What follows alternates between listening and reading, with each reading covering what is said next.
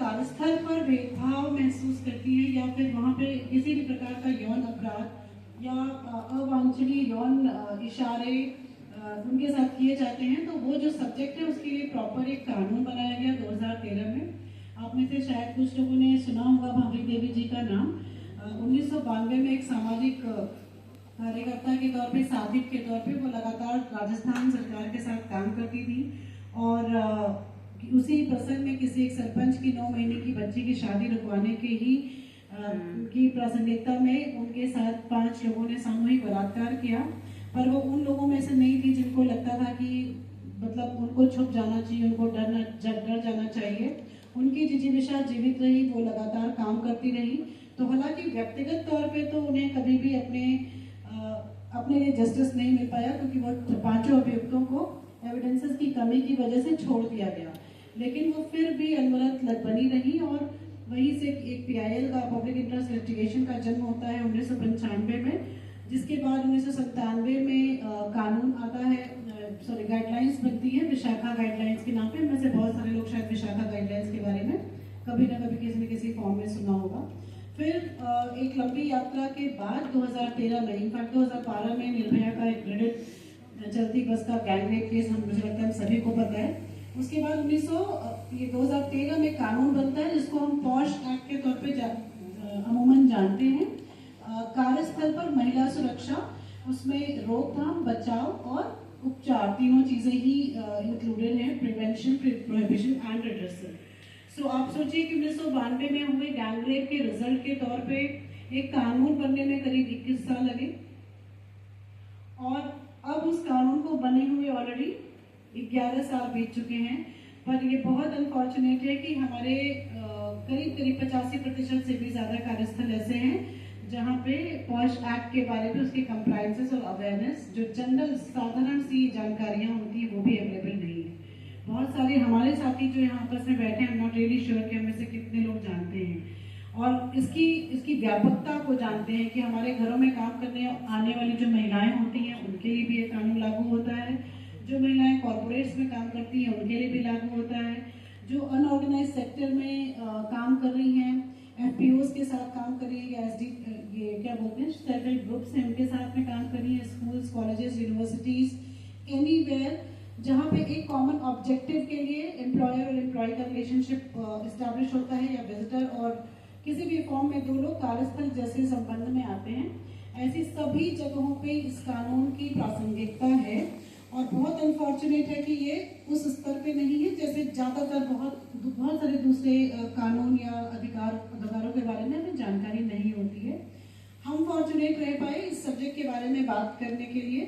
2020 से काम करना शुरू किया, मतलब सोशल वर्कर के तौर पे तो करीब 10 साल हो गए काम करते हुए, बट इस स्पेसिफिक सब्जेक्ट के ऊपर कॉन्फिडेंस आते आते 2020 का समय आया और उसके बाद भी 1 साल 1.5 साल का समय ऐसे बीता जहाँ पे बड़े अधिकारी हमारे, चाहे IAS ऑफिसर हों चाहे IPS ऑफिसर्स हों, सामाजिक कार्यकर्ता के तौर पे हम बहुत सारे लोगों से, समाज के हर वर्ग से रूबरू होते हैं, तो एक सटल सा एरोगेंस होता था, सटल सा नेग्लिजेंस होता था या दोनों ही होता था। बहुत सब कुछ फेस करने के बाद भी एक विश्वास मन में बहुत प्रगाढ़ था, वो ये था कि जो चीज़ कानून की किताब में लिखी हुई है वो आज नहीं तो कल, खुशी से नहीं तो दुखी मन से, बट उसको इम्प्लीमेंट तो करना ही पड़ेगा लोगों को, कार्यस्थलों को। और इस प्रयास में हम अभी तक करीब जो टोटल अवेयरनेस वर्कशॉप्स हमने करी, 80,000 से अधिक लोगों के साथ वर्कशॉप्स करी, सेंसिटाइजेशन किया और हम इंक्लूजन की बात करते हैं। जो लोग हैं जिनके साथ बात करते हैं उसमें मुख्यतः सीनियर ऑफिसर्स होते हैं, सीनियर मैनेजमेंट के लोग होते हैं, क्योंकि कानून की अनुपालन के लिए आंतरिक समिति का गठन कराया जाना मैंडेटरी बताया गया है सेक्शन 4 में।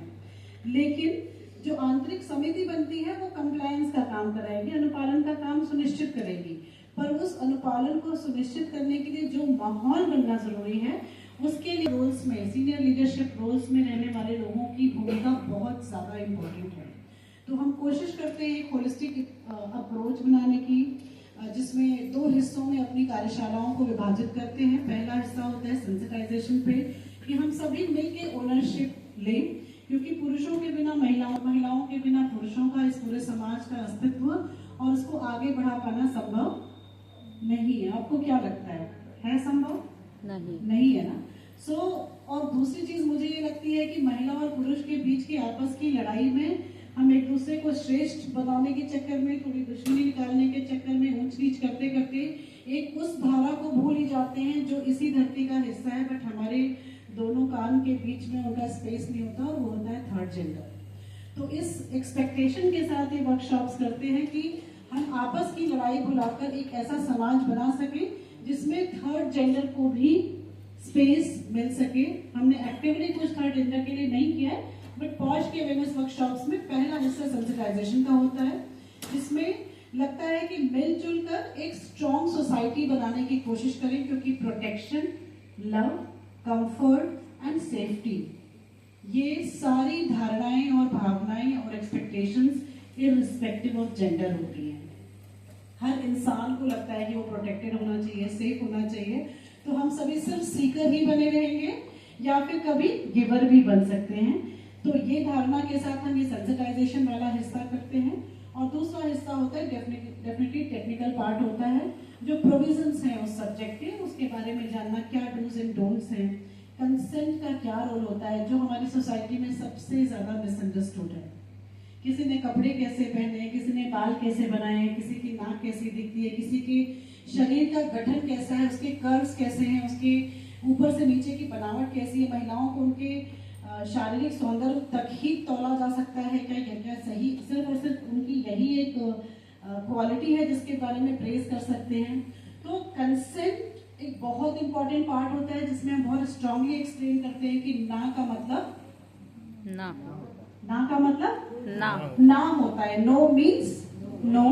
We all need to learn and understand that no means no and it is a complete statement. दूसरा हिस्सा कंसेंट पे हम ये स्थापित करने की कोशिश करते हैं कि कभी कभी सबमिशन होता है, मतलब मौन होता है, बिकॉज ऑफ एनी सिचुएशन और सर्कमस्टेंसेस। सो मौन को स्वीकार लक्षण के तौर पे तो हम परिभाषित कर लेते हैं, लेकिन मौन के बाकी भी 5 और सिम्टम्स होते हैं या इंटरप्रिटेशंस होते हैं, वो अपनी सुविधा के हिसाब से झटक देते हैं। सो सबमिशन को कंसेंट नहीं माना जा सकता है, और ये हम सभी को समझने की जरूरत है। प्लस कितने दिन में आप कंप्लेन कर सकते हैं, जिस भी दिन हैरेसमेंट हुआ है उसके 90 दिन के अंदर कंप्लेन करने का प्रोविजन होता है। उसके बाद इंक्वायरी, रिटन कंप्लेन देने के बाद इंक्वायरी करने का प्रोविजन होता है। उस इंक्वायरी करने के बाद 10 दिन मिलता है आंतरिक समिति को अपने रिपोर्ट बनाने का, और उस रिपोर्ट को जब आंतरिक समिति सीनियर मैनेजमेंट को या बोर्ड ऑफ डायरेक्टर्स को सौंपती है, तो अगले 60 दिन मिलते हैं बोर्ड ऑफ डायरेक्टर्स को इम्पोज करने के लिए कंप्लेनेंट और रिस्पॉन्डेंट के पास में, ठीक है। और उनमें से भी अगर लगता है कि कंप्लेनेंट और रिस्पॉन्डेंट, वादी या प्रतिवादी, दोनों में से किसी भी एक हिस्से को लगता है कि उसके साथ न्याय, वांछित न्याय नहीं हुआ है, तो आगे का प्रोविजन होता है कि इंटरनल कमेटी, आंतरिक समिति के किए हुए रिकमेंडेशन से जो भी हिस्सा खुश नहीं है, उसके पास अगले 90 दिनों में, जिस भी दिन उनके पास रिपोर्ट आई, रिकमेंडेशन आया, उसके अगले 90 दिनों में डायरेक्ट हाई कोर्ट में अपील की जा सकती है।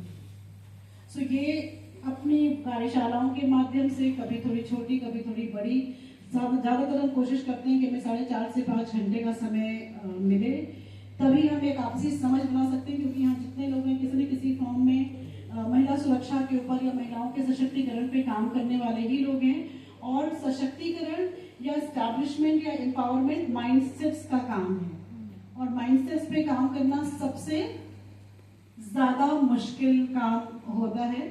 तो कोशिश करते हैं कि इन संवेदनशील कार्यशालाओं के थ्रू हम समाज के कार्यस्थलों को एक अच्छे कार्यस्थल के तौर का रूप दे सकें। इसमें धीरे धीरे लोग जुड़ रहे हैं, और आप सभी जितने सुन रहे हैं यहाँ पे, जिस भी कैपेसिटी में आप अपने अपने रिस्पेक्टिव कार्यस्थलों से जुड़े हुए हैं, वहाँ पे जरूर पता करें कि पॉश एक्ट के कंप्लायंस का क्या हिस्सा वहाँ पे प्रतिपादित हो रहा है। नॉन कंप्लायंस फर्स्ट टाइम अगर रिपोर्ट होती है, 50,000 का जुर्माना है।